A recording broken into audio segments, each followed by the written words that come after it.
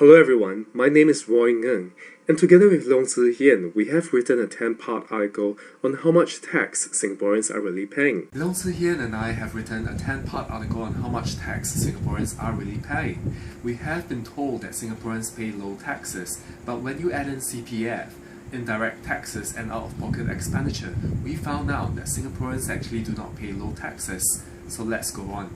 Well, the question that we really have to ask is, are Singaporeans being treated fairly? Now, let's take a look at the wages of Singaporeans in the different income brackets.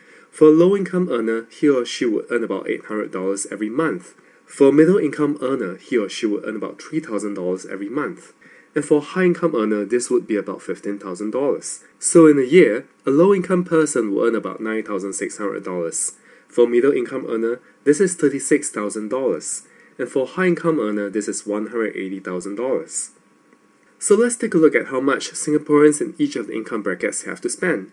For the highest income earner, they have to pay about 20% in tax. For CPF, Singaporeans have to pay 36% of their wage into CPF.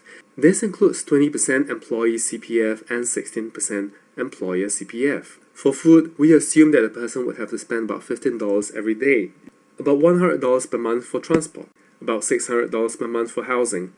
We estimate that a person would spend about $1,000 for healthcare and $2,000 for education for two school-going children who are in university and polytechnic. So for the highest income earner, they would pay 20% into tax. Singaporeans would pay 20% into CPF. For food, Singaporeans would spend about $5,400 every year, $1,200 every year for transport, $7,200 every year for housing, and $1,000 for healthcare and $2,000 for education. So let's take a look at how much Singaporeans in each of the income bracket have to spend. For the low-income earner, they do not have to pay tax. However, they do have to pay $1,920 into CPF. For a low-income earner, they might not be able to spend as much on food. We estimate that a low-income earner would have to spend about $10 every day on food, which adds up to $3,600 every year. For a low-income earner, they would be able to rent a flat from HDB. This would cost about $100 every month, or $1,200 every year.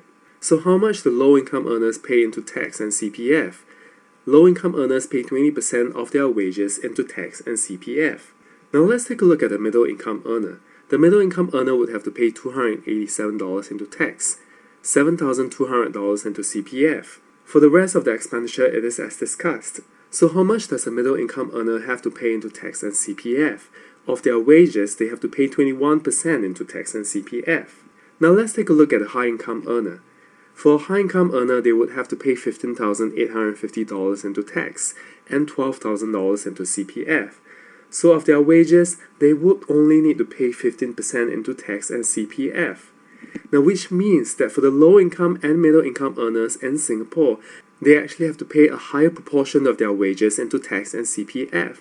Now we have been told that in Singapore the tax system is progressive, but when you add CPF into the equation, it is actually not that progressive. In fact, when including for CPF, the system is regressive, because low and middle income earners have to pay 20% or more of their wages into tax and CPF, whereas for a high income earner they only need to pay 15%. So when we look at how much Singaporeans in each of the income brackets have left, for the low-income earner, not only would they not be able to spend, they would go into a debt of $1,320 every year. For the middle-income earner, they would be able to save $11,713 every year. And for a high-income earner, they would be able to save $135,350 every year. But what does this really mean? What this means is that for the low-income earner, they would have to forego some form of expenditure. So for example, the low-income earner might not be able to spend on education for the children. But that's not all.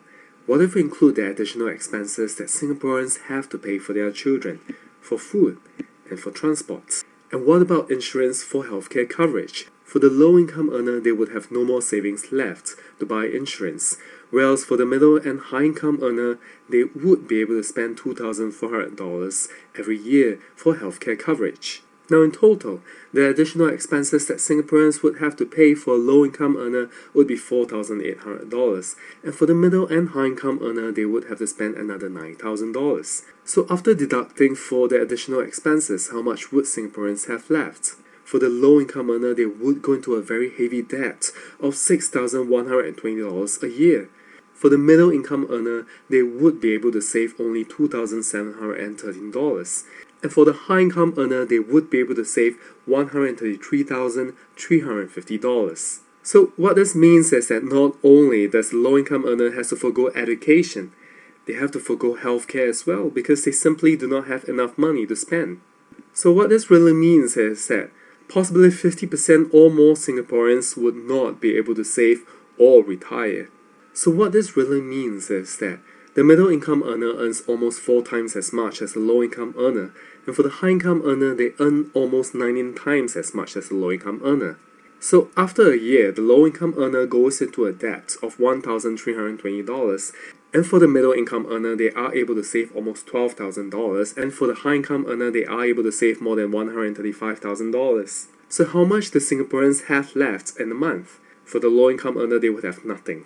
For the middle-income earner, they would have less than $1,000 to save every month, and for the high-income earner, they would still have more than $10,000 to save every month. So if you look at it, for a low-income earner, they would not be able to save in a year. But for a high-income earner, what they save in a month is still more than what a low-income person earns in a year. So if you look at including additional luxury expenditures such as purchasing a car or a condominium, a person might spend about $12,000 every year on a car or $32,500 every year for a condominium. In total, they might spend about $44,500 every year.